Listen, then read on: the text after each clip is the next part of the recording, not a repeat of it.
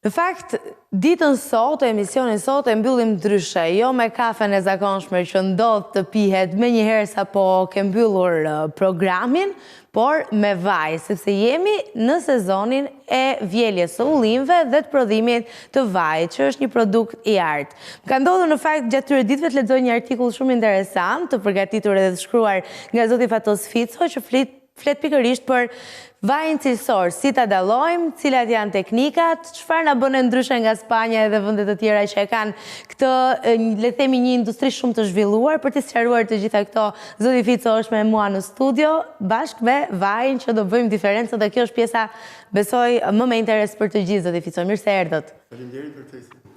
Për ta nisur, çfarë e bën një vaj ekstra të virgjër edhe cilët janë treguesit kryesor të cilësisë së tij? Se kjo është një pyetje që shpesh herë ne drejtohemi dhe nuk dim se si t'ja gjejmë përgjigjen. Atëherë, për vajin ekstra të virgjër, në radhë parë shikohen analizat fiziko-kimike të vajit. Treguesi i parë më i rëndësishëm është aciditeti.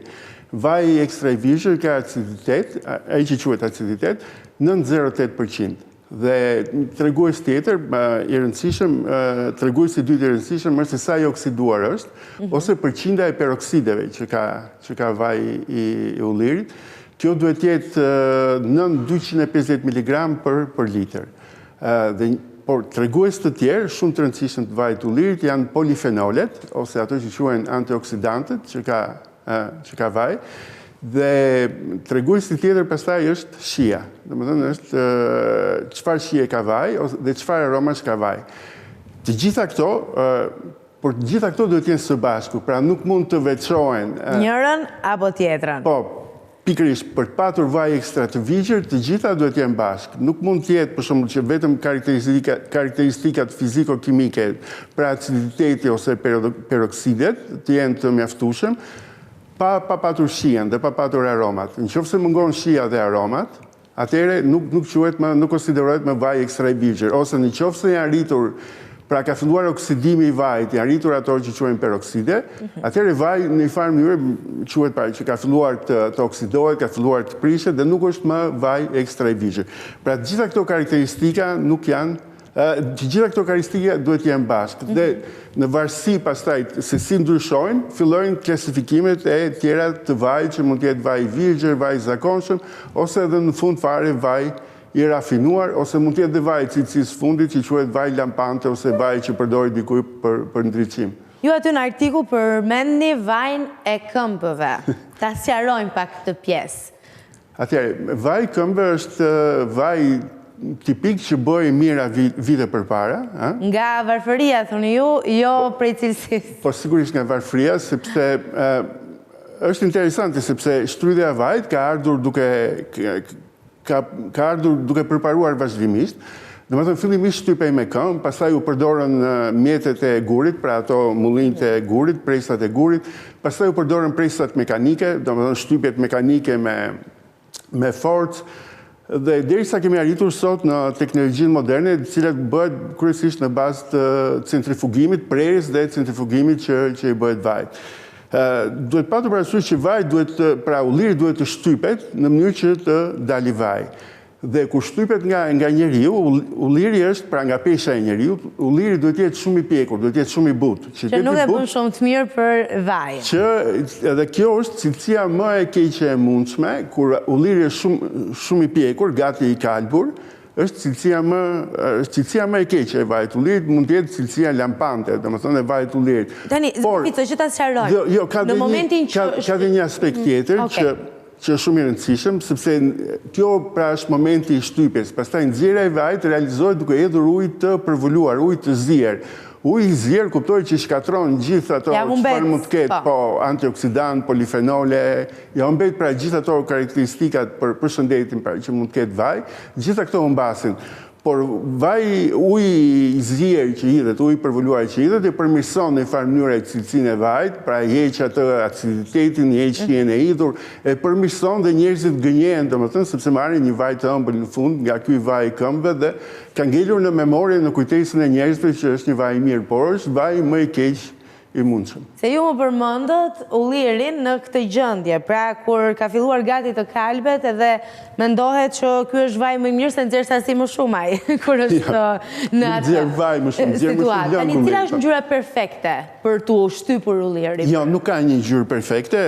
Mund ta fillojmë ta shpjegojmë dalë ka dalë, domethënë dhe duke e provuar.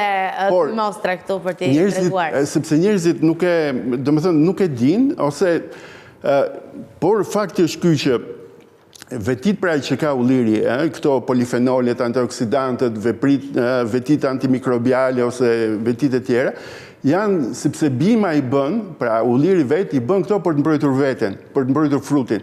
Pra fruti, pema i ullirit i prodhon polifenolet, i prodhon gjithto përbërës, për të mbrojtur frutin, që fruti të arrijë pjekjen, pra që mos konsumohet nga kafshët, ose mos konsumohet qoftë edhe nga njerëzit pra kur ishte i papjekur më përpara, po të arrinte pjekurinë, sepse vetëm atëherë mund të riprodhohet fara.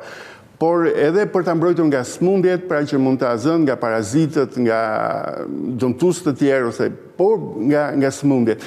Dhe maksimumi i këtyre përbërësve mbrojtës, i këtyre përbërësve mbrojtës që prodhon bima, arrin maksimumin në momentin kur është i sapo pjekur. Dhe në momentin kur kokra piqet, pra kur fruti piqet, organizmi bima nuk ka më interes, pema nuk ka më interes të prodhoj, që të mbrojt, sepse ka realizuar qëllimin e vetë, dhe pastaj bie prodhimi i këtyre, nuk prodhohen më, dhe ato fillojnë oksidohen me kalimin e kohës. Që dhe thot më pak vlera për atë... Dhe kanë më pak vlera, pra ti merr vaj, po vaj nuk ka këto pikërisht këto karakteristikat, nuk ka polifenole, nuk ka antioksidant, nuk ka këto veprit e tjera antimikrobiale, nuk është pra vaj i cilësisë lartë. Pra sa më shpejt realizohet vjelja, në momentin që piqet, pra vjelja perfekte bëhet kur ulliri është i sapo pjekur. Sa më shumë kohë kalon, aq më shumë bie cilësia e vajit që prodhohet. Dhe nuk ka rëndësi ngjyra, mund të jetë jeshile, mund të jetë jeshile e sapo kthyer, varet nga varieteti, varet nga klima, varet nga kushtet, pra ka shumë faktorë që ndikojnë, por nuk përcaktohet me ngjyrë. Përcaktohet patjetër me ngjyrë, po nuk është ngjyra i vetmi tregues, domethënë që përcakton, sepse ka shumë për shembull nga ato që janë fanatik që duan të marrin atë vajin maksimal, domethënë me vetit me shumë polifenole që e marrin tërësisht jeshil, pothuajse që kur sapo ka filluar pjekja e parë. Ne kemi këto dy gotat edhe do doja ta bënim shumë praktike këtë bisedë, po ndërkaq teksa fillojmë të bëjmë këtë provën, ku ju do më orientoni fare thjesht, se unë nuk marr vesh edhe pranoj kështu hapur, nuk di si ta dalloj një vaj ullirit cilësor.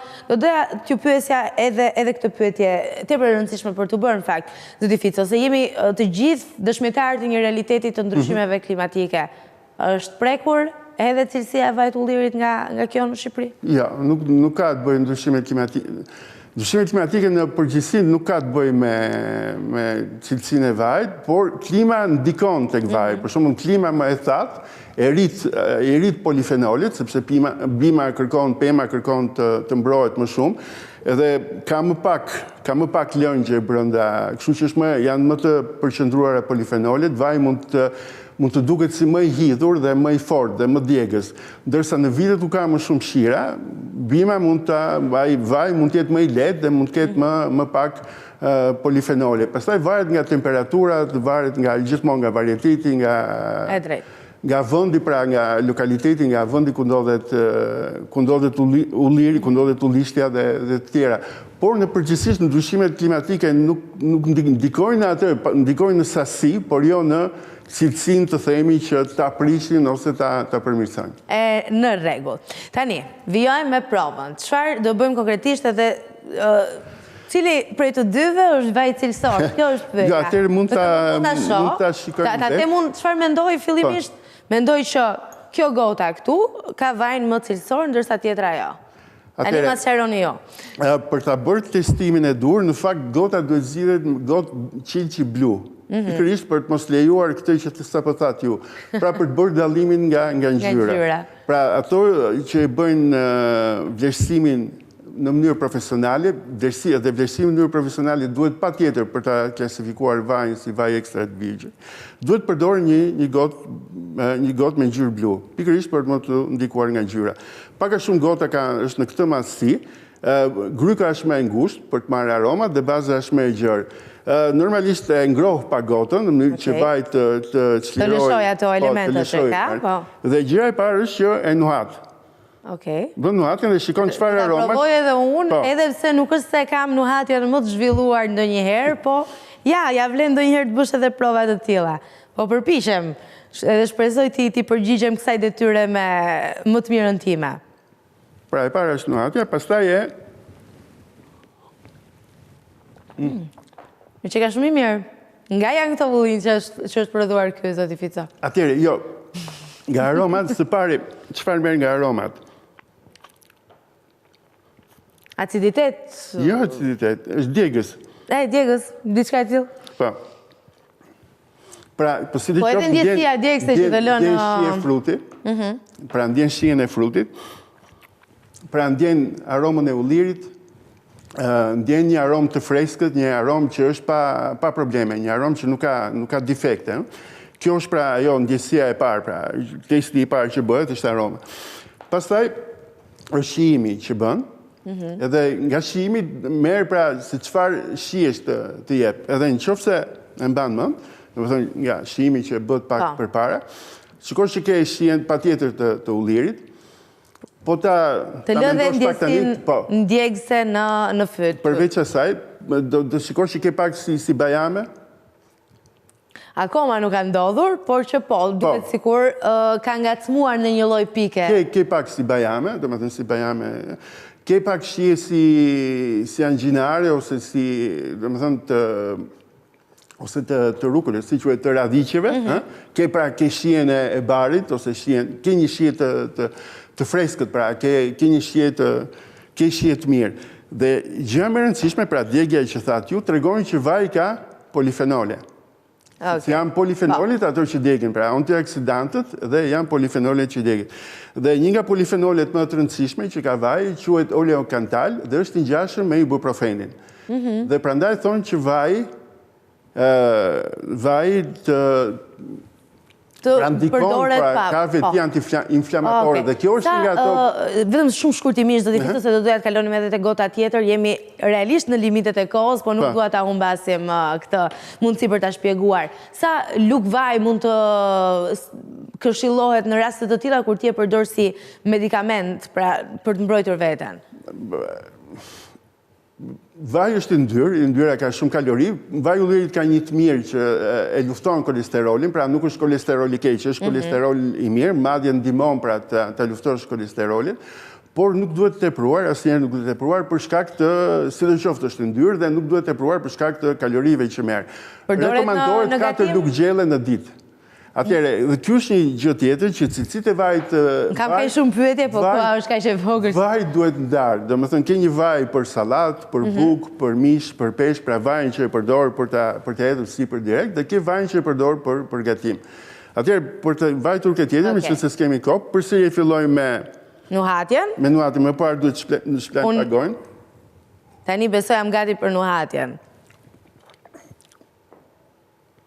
Është nuhatja dhe pastaj pra bën shijimin. Okej, ndjesia djegëse e këtij vaji është akoma edhe më intensive. Po, ky është një vaj shumë cilësor, por është i ruajtur keq dhe po ta bësh re këtu nuk ke aromat forta, ke thjesht aromë vaj, pra nuk ka një ndryshim të madh nga vaj lule-dielli, themi, ose vajrat tjerë, pra nuk ka aromat forta dhe po ta shikosh në shije prap nuk ndjen ndonjë shije, ndjen shijen e vajit, ndjen pak ulli, por shikon që ka filluar të ketë probleme, pra i kanë humbur ato aromat shijet e forta, pra qofse këtu dallonin pra që kishim shije bajame, kishim disa lloje shijesh.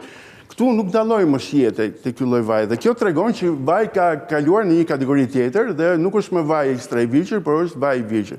Dhe kjo vjen vetëm nga ruajtja, sepse ky vaj është ruajtur në temperatura të larta, jo të duhura. Në kushte jo të duhura. Sa do doja ta vazhdoja edhe më gjatë këtë bisedë, se ka kaq shumë për të folur për këtë produkt që është realisht i artë dhe ne duhet ta shohim të gjithë potencialin e tij, po koha nuk na premton më shumë. Zoti Fico, unë ju falenderoj shumë. Besoj do kemi mundësinë një bisede tjetër për të sqaruar gjithë ato që na mbetën nga kjo bisedë.